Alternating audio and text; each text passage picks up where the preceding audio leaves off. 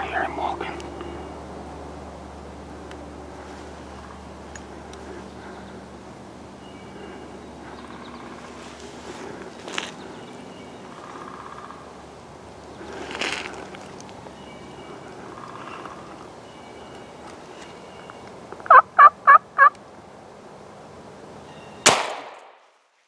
Yeah! Work down, baby. Holy crap.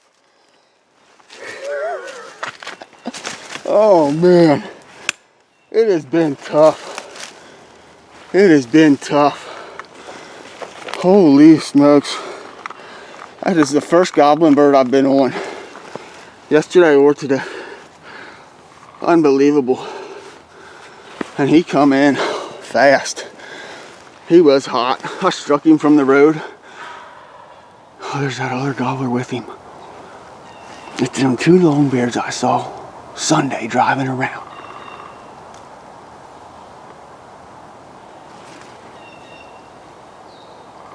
I know my bird's dead. I'm just gonna let that other one work off. He's right there with him.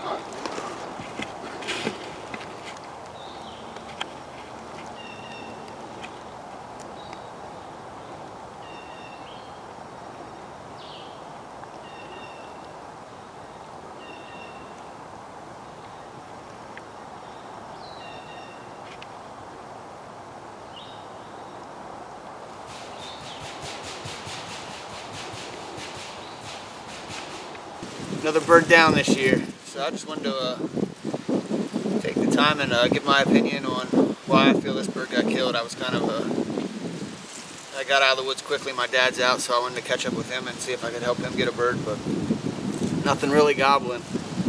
Pretty wild. I think the birds are few and far between with the hard hit last year with COVID. A lot of guys were out, and birds got hit pretty hard, and a few birds are around there. They're all henned up. I mean, we've seen. Anytime you see birds, they usually got hens with them. I mean, now, I shouldn't say that because I guess one of the biggest reasons this guy got killed was Sunday. I was out roosting birds or listening to birds come off the roost, and then I drove around and hit some state land to try and pin some birds, and two longbeards ran across the road in front of me, and it was private property on both sides, but I know the direction they were headed. It's only about 200 yards back through that private property, and it's state land, and both ends of the private property there is state land, so it's just someone that owns some private property there along the road in the state land. So I threw a pin on them, and then Sunday afternoon I was over on the private land I have, and it wasn't even afternoon yet. It was around 11:40. I watched two hens, two longbeards, and three jakes go across that field. And I was in there that morning, and I heard two birds gobble, and one was, far off west and one was far off south. I mean, I wouldn't even been able to call to them. They were that far away. But once I seen them birds, I'm like, well, I'm gonna, put the day in there. I knew there was, birds around. One thing, Saturday, it opened yesterday, Monday. Saturday and Sunday was the junior hunt, so that's another thing I was kind of thinking of. If those birds got shot at or bumped from another spot and they were just, moving through the area there later in the morning. But it's hard to say. Went in there, sat all day yesterday till noon, didn't hear a single gobble. Two different times I called in hens. The first one, I mean, she come in all fired up. We were talking back and forth. I thought, man, if I was waiting here spitting drumming behind her, but I figured if there was a gobbler around, he would have gobbled, but not a gobble all day. And then last evening I was over there, and 6:40 I watched a longbeard go across that field I was sitting at. And it's just like, man. So I did run around on state land, see if I could put anything to bed. Yeah, I didn't hear or see anything. So I started back on the private land this morning, and not a gobble. And after a while, I could hear a hen way down in the one hollow there, hollering back at me. I'd talk to her, nothing, no, not a gobble anywhere. And then I could hear the neighbor calling across the ridge. So I said, I can't take this any longer. I'm gonna jump around on state land. I went out through the road. I seen this bird and his buddy on Sunday. I stopped there right at the edge on both sides of that private and made a call. Nothing. I worked out through there. There was two different spots I'd like to park and hike in. Guys parked there already, so I didn't want to go in on them. that road, there's a bridge being redone out at the end, so there was no option but turn around. So I'm like, well, I gotta head back out through. And as I headed back out through, I got to the edge of right where that state land and private land was. And on the left side of the road would have been all private down off there. Well, I jumped out and I threw calls out, and he cut me off down in there. It was real faint, but I was like, a bird just cut me off. So I waited there a couple seconds and called again, and I heard it, you know, two of them, bow, bow. So I'm like, that's them two longbeards I saw cross the road 300 yards up here on Sunday. So I kind of backed down the road, got in on the state land there, called, nothing. Never heard them again. I sat there for 20 minutes or so. I was like, man, I can't take this. I gotta keep moving. So I got in my truck, got my truck, headed up over the road there, went like, I'd say 500-600 yards, and I'm right in the middle of where that private land is. It's, you know, private both sides of the road, and I'm probably, you know, right, I was actually right where the birds crossed in front of me on a Sunday. And I jumped out of the truck and made a call, and they gobbled probably 100 yards off the road, heading towards, like, they had just crossed heading towards the public that's back there. And well, actually just one gobbled, so I was kind of like, you know, there he is, you know, and I can get around him. But on my way out through, I did have a jake cross the road in front of me right before I got to that private land. So right away I kind of was like, I hope that's not that jake I saw. But anyway, I went up the road probably 300 yards where the state ground started, parked, started looping down in there, and I heard them gobble. They were, you know, further a little bit down in the woods, all but to the state line already, you know, the state land line already. So I'm like, this is great.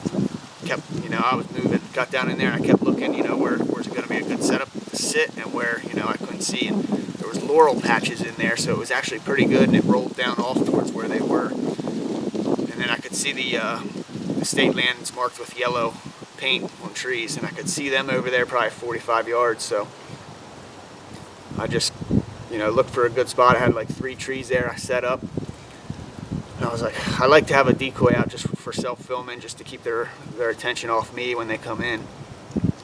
And I did move that. I crawled like 10 yards in front of me there, stuck the decoy out, and I heard them gobble again. I'm like, man, I knew they were close, you know, 200 yards at the furthest. So I got back to the tree there, and as I was like throwing my gloves and mask on, I make a call. They answer. I did grab a second call, just sound like 2 hens over there, and then I think they gobbled once or twice there again, and then after a while, just, you know, I could hear them coming through the leaves, and I'm like, this is gonna happen, because I only could see gun range, and I'm like, as soon as he pops up, I'm gonna shoot him. And I had the gun up, and there's a little bit of laurel there, and I just see him, you know, I see him like step out, I seen the beard swinging, and I seen, you know, he come up looking above the laurel, and by that time I was down in my scope, and I'm like, I can kill him. Yeah, he's 40 yards, and I pulled the trigger, and it put him down. And as I was kind of celebrating there, the other bird kind of did like a half gobble. I'm like, oh, the other bird's with him there. And I did see his head there bounce around through the laurel a couple times, but then he went down off. I didn't want to spook him too bad. He never putted or anything. But yeah, I got this little gun this year. It's the Stevens 301 410, and it is a sweet little turkey gun. It's been designed with this, comes with this choke, designed for the Federal TSS. That's what I'm shooting. This is a little 4-power scope. I know some guys make fun of people putting scopes on turkey guns, but both my 12 gauge and this 410 have them on. I'm not messing around with turning a red dot on, or forgetting to turn it on, or having a dead battery. So this little 4-power scope works out great. I mean, I just I feel it's the ethical choice of mine to you know, have it on there. I love it. I put a scope on my 12 gauge years ago, and I'll tell you, all my turkey guns, if it's designated for turkeys, it's going to have a scope on it, little 4-power scope. This is the Triplo one. It's got a diamond reticle in it. It's about 5 inches at 40 yards, so you can almost judge distance with it as well. But I like to draw that line kind of when I sit down. I pick those trees where he's got to come past. But I think I paid like $190 for it. You know, 50 some for the scope. It's like for a little turkey gun that is very deadly.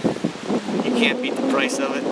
And, with them Federal TSS, that tungsten blend shot, it puts them down. I shot one there in Virginia, about 20-25 yards. So that wasn't a big test for it, but yeah, this bird was every bit. You know, I stepped it off, and at first it was like about 43 steps, but I did weave around some laurel, and I come straight back stepping it off, and I was right on 40 steps. So it was I would say a solid 39-40 yard shot, and it put him down no problem. I mean, there was a lot of blood in the leaves there, actually. I mean, it hit him hard. But yeah, I am sold on this little gun. I will be carrying it a lot. I mean, it's a single shot. I mean, if you feel you need more than one shot, you wouldn't want to carry it. But I have a pump 12 gauge, and I've never had to use the other shells. You either get the bird or you didn't. But yeah, sweet little gun. I'd recommend it to anyone for turkey hunting. I mean, it's no kick to it. Anyone, a kid could pick it up, and a sweet little turkey gun that'll put them down, inside 40 yards for sure. But I just wanted to take the time and, go over, why I think this gobbler got killed.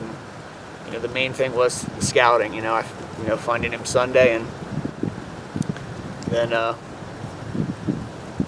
striking him up today. I'd already looked at the map. I knew what I would do if I, saw that bird or heard a bird there again. So it was a quick hunt. I mean, yeah, no sooner I got in there and sat down, he was popping up in gun range. So sweet day in the woods. I mean, not much gobbling, but got one down, and it was on public land. So get out tomorrow. They are calling for some rain. I think it's supposed to get a little windy, and then Thursday it's going to be cold and windy. So really glad I got one down today, but I got another tag here, so I'll stick with it and see what happens yet. I'm not expecting to hear much, so I'm just going to have to be patient. Try and get another one down. Thanks for watching. Go ahead and hit that subscribe button if you like what you see. I'm going to keep trying to put videos up. If you got any questions or anything you want to ask on the hunt or in general about turkeys, go ahead and throw it in. I'll see if I can help you out. Thanks for watching.